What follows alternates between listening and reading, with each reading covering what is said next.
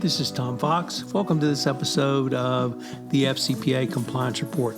Today I visit with newly minted podcaster Loren Steffy, who's released a limited series entitled Putin's Oil Heist, where he talks about the theft of the Yukos Oil Company by Vladimir Putin. Loren draws a straight line from this theft to the Russian invasion of Ukraine.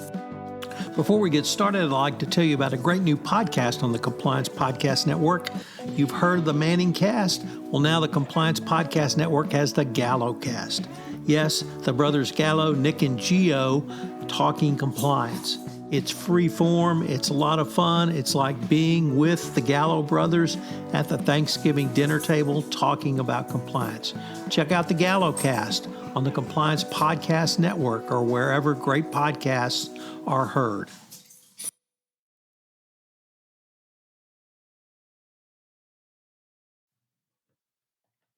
Hello, everyone. This is Tom Fox, back again with Loren Steffy. So you've heard me describe Loren as a business columnist. You've heard me describe Loren as an author, and now we can describe Loren as podcast host. So welcome, podcast host Loren Steffy. Welcome back, Loren. Hey, Tom. Thanks for having me. So you've got a really interesting limited series playing right now called Putin's Oil Heist. Can you tell us the genesis of this podcast series, Loren? This actually traces its origins back to about 2009 when I was still doing my column for the Houston Chronicle. And I ran across a guy named Bruce Misamore, who had been the chief financial officer for Yukos, which was one of the largest oil companies in Russia, one of the largest oil companies in the world, actually. And it basically got forced out of business in the early 2000s by the Russian government. And he just had this amazing story to tell. He was living in Houston, and so he and I talked, and I did a column on him for the paper, and then we kind of stayed in touch over the years and talked about doing a book. Couldn't find any publishers that were interested in his story. Who cares about Russia? Kind of thing. And then, of course, fast forward to earlier this year when you had the Russian invasion of Ukraine, and I called Bruce to get his thoughts for a blog that I was writing for the University of Houston, and we decided to meet for lunch, and we started talking about the project again, and I said, well, who knows how long this Ukraine situation will go on, right? I mean, and I said, it's going to be tough. Like, if we want to do a book, it's going to be tough to get it out quickly.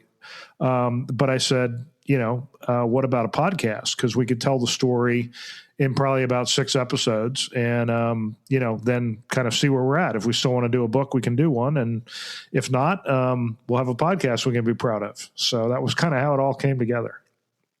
So what's the overall structure of your podcast series, Loren? Well, I really broke the story into 6 parts, and the first piece kind of sets the stage, gives the background on Bruce and how he came to work for Russia, how he came to work in Russia, how he met Mikhail Khodorkovsky, who was the oligarch who controlled Yukos at the time, and really sets up this idea that, in the early 2000s, Russia was really, they sort of presented this image, at least the Kremlin presented this image that they wanted to be, they wanted to open the country up to Western style capitalism. And really Khodorkovsky was kind of the guy that led that charge. And he overreached a bit, as it turned out. He kind of ran afoul of Putin. So the second episode talks about that. It talks about Khodorkovsky's role and his arrest by the former KGB, and then kind of what implications that has for the company. Episode 3 is sort of how they try to recover from that. And then episode 4, we go into Bruce actually had to flee Russia and came back to Houston and tried an elaborate scheme to put Yukos into bankruptcy from here. And ultimately had his house broken into under very mysterious circumstances, which we go into episode 5, and then we kind of wrap up with kind of what happened after that, and how the cases got resolved. There's a lot of litigation, obviously, and what the implications are. What do we learn from this experience? One of the things that I think Bruce made the point of early on was that, when Yukos went down, when it was basically seized by the government, the West really didn't do anything, even though there were a lot of American shareholders. Western governments kind of stood by and let it happen. And in Bruce's mind, that was kind of the first case where Putin was sort of testing the West to see what they would do. And then you saw, later incursions into Crimea and Georgia and things like that, where, there really wasn't much of a response. And Bruce sort of makes the point. One of our episodes is actually from Yukos to Ukraine, because it kind of ties this thread together that once Putin saw what he could get away with, he got bolder and bolder. So what was, or how did you find Bruce's participation in this podcast? Was it story that you both wanted to tell? Did you interview him? How did that part of your process work, Loren? Yeah, it was a story he was obviously very eager to tell, and he had not really he'd done a lot of press over the years, and obviously a lot of radio and television interviews, so he was pretty comfortable, speaking, and he's actually very articulate. He speaks very concisely, so he's not one of these people that you have to do a lot of editing. There's not a lot of long rambling quotes or anything. And so what we did was I put together a list of questions. I kind of had this structure in mind, and then I interviewed him, and then I wrote a narrative. So it's a pretty heavily scripted podcast. I kind of did it with the idea that if we're going to do a book, I wanted this to be kind of the jumping off point. And so it's not an interview style like what we're doing now. It's much more like a Planet Money or something like that, where there's a narrative and then Bruce's comments are sort of edited into that narrative.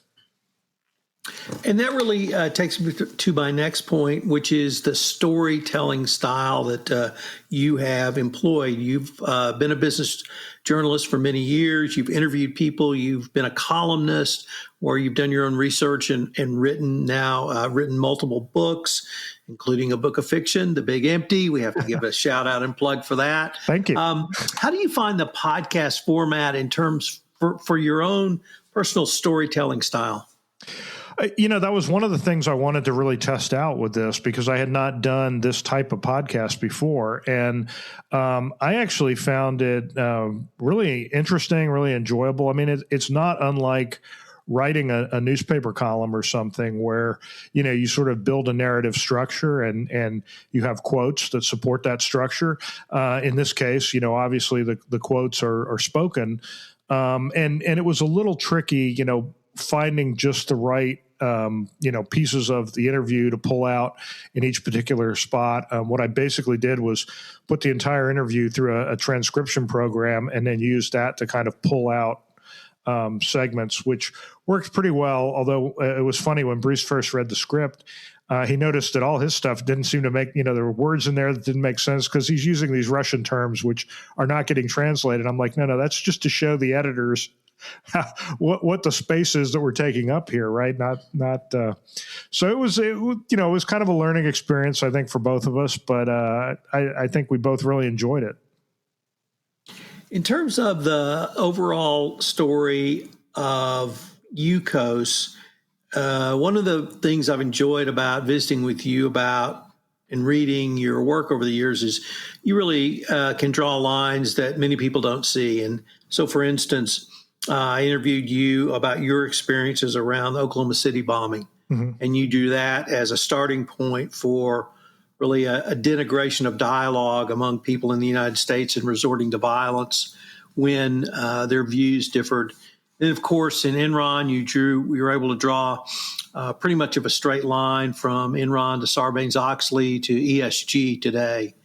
And I was very intrigued by your thoughts around drawing a line from Yukos to Ukraine, because it struck me that perhaps I didn't see the straight line. What I saw was an ad hoc approach by Putin, but he used the same style and same tactics over and over again, just digesting things around him or things that he wanted. But you seem to see it in a little more direct line almost. So I was wondering if you might expand on that a little bit. It was one of the things Bruce talked about in several of the episodes, even going back to the early days of his experience. He had a conversation with Mikhail Khodorkovsky where he said, well, hey, this Putin guy seems like he's doing all the right things. He's a reformer. He's, hitting all the right notes. And Khodorkovsky told him, he said, it may seem that way, but be careful, because what he's doing is he's pushing out all the pro-democracy people in the Kremlin, all the former Yeltsin, officials, and the more power he gathers, the more he's going to start instituting a military style, sort of old Soviet style. Like he's basically bringing back the old Soviet style of rule. And so, to Bruce's mind, that was kind of like, obviously Khodorkovsky was right about that. And,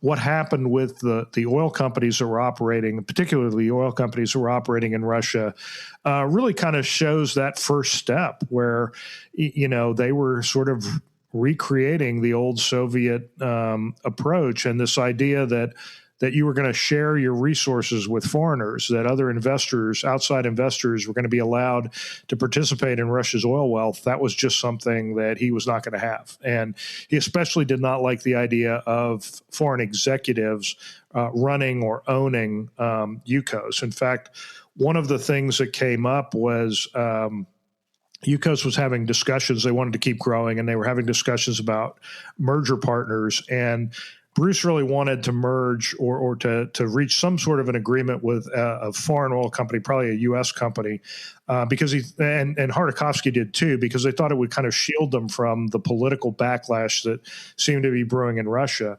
And unfortunately, there was one of the companies they were talking with was Exxon, and at some point, Lee Raymond, basically told Putin that they intended to own 51% of Yukos, and that was what really set Putin off. He turned to one of his aides and he said, "Khodorkovsky's lied to us again. That's it," and that kind of was the beginning of the end.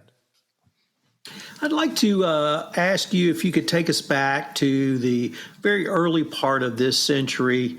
I was working in the energy industry then. I worked in Russia. I did contracts with Russian companies. We had TNK-BP, we had Exxon and Rosneft. We had a variety of, if not mergers, certainly a lot of joint ventures. And I was involved in some of those from the legal side. But it was a time of high optimism and a lot of Westerners moving to Moscow, a lot of Westerners doing work in and around Russia. I was wondering if you might be able to just kind of remind us things were a little bit different in maybe the first 5 or 7 or 8 years of this century. Yeah, absolutely. I mean, the Soviet Union had been gone for a while. Russia had kind of, gotten its footing, and it really seemed to want to open up to, to Western capitalism. And a lot of companies, a lot of U.S. companies went into Russia. They saw it as a really big market, a really big opportunity. And of course, for oil companies, there were just huge, huge reserves in Russia, as we now know, because they're, they're not part of OPEC, but they're part of OPEC Plus. They're very influential.